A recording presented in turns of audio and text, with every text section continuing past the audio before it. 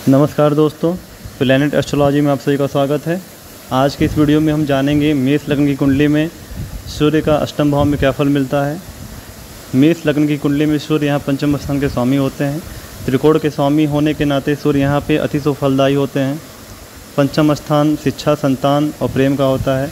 पंचमेश का अष्टम भाव में आके बैठना क्या रिजल्ट देगा?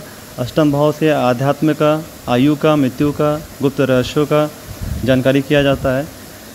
सूर्य को अष्टम का दोष नहीं लगता है, लेकिन कोई भी ग्रह जो 6, 8, 12 में जाता है वो अपने सुप्रभाव में कुछ कमी लाता है, सुप्रभाव में उसके कुछ कम हो जाते हैं। पंचमेश जो अष्टम भाव में बैठे हैं, अष्टम भाव में वृश्चिक राशि बनी है, लग्नेश की राशि है, सूर्य मंगल के मित्र हैं, तो यहाँ बैठ के बहुत ज़्यादा नुकसान तो नहीं करेंगे, अच्छे रिजल्ट ही देंगे। अगर वो पाप प्रभाव में ना आए, शनि राहु से युत ना हो, शनि राहु से दृष्ट ना हो, उस केस में सूर्य यहाँ बैठ के अच्छा रिजल्ट करेंगे, व्यक्ति की आयु को बढ़ाएंगे। पंचम भाव से शिक्षा, संतान को देखा जाता है, तो पंचमेश का अष्टम भाव में जाने से शिक्षा के क्षेत्र में कुछ रुकावटें आएंगी, व्यवधान आएंगी, फिर भी शिक्षा जातक की पूरी हो जाएगी, क्योंकि यहाँ पे सूर्य पंचमेश हैं और लग्नेश के मित्र हैं। और व्यक्ति को संतान उत्पत्ति में भी कुछ बाधा उत्पन्न होती है, लेकिन जातक को पुत्र संतान का सुख प्राप्त होता है। क्योंकि सूर्य जो है वो पुरुष ग्रह हैं, पंचमेश हैं, तो जातक को पुत्र संतान की प्राप्ति होती है। लेकिन कुछ ना कुछ जातक के साथ, पुत्र के साथ जातक का मतभेद रहता है। सूर्य के यहाँ बैठ जाने से जातक को आध्यात्म में रुचि उत्पन्न होती है, क्योंकि अष्टम भाव आध्यात्म का होता है। और पंचमेश जो शिक्षा के स्वामी हैं वो अष्टम में आए हैं, तो जातक के अंदर आध्यात्म के प्रति रुचि रहती है। जातक को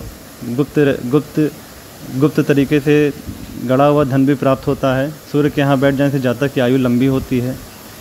सूर्य अगर प्राप्त प्रभाव में नहीं आते हैं तो जातक को सूर्य के अच्छे रिजल्ट मिलेंगे, जातक को संतान का सुख मिलेगा, शिक्षा का सुख मिलेगा, जातक की नौकरी भी अच्छी होगी, जातक को मान सम्मान भी मिलेगा। लेकिन अगर सूर्य अष्टम भाव में बैठ के पाप प्रभाव में आ जाते हैं या पाप ग्रहों से युक्त हो जाते हैं, उस केस में जातक को अपनी शिक्षा में व्यवधान, रुकावटें, संतान से अनबन, संतान का सुख कम मिलता है, प्रेम भी जातक के जीवन में कम ही रहते हैं, उसको अपने कार्यक्षेत्र में बाधाओं का सामना करना पड़ता है, जातक को अपने पिता से मतभेद हो जाते हैं, जातक के मान सम्मान में भी कमी आती है।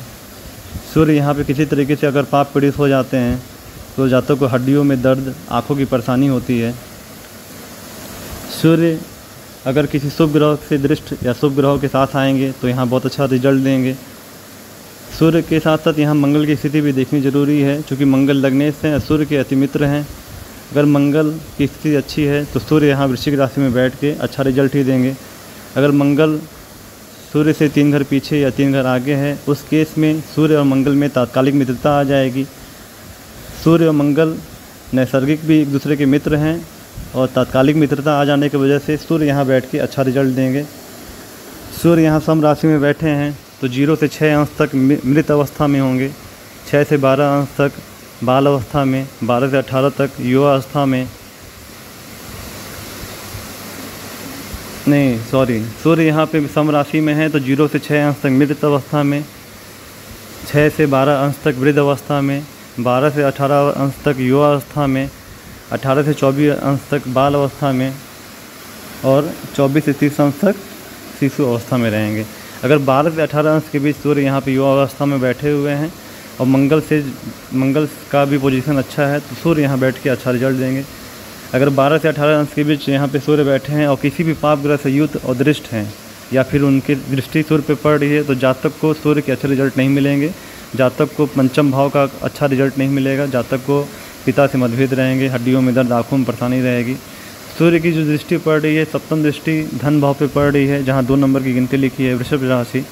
वृषभ राशि का स्वामी शुक्र होता है। शुक्र और सूर्य में तत्कालिक नैसर्गिक शत्रुता है। सूर्य की शत्रु दृष्टि जो है धन भाव पे है। दूसरे घर से कुटुंब का विचार भी किया जाता है, वाड़ी का विचार भी किया जाता है, धन का विचार भी किया जाता है।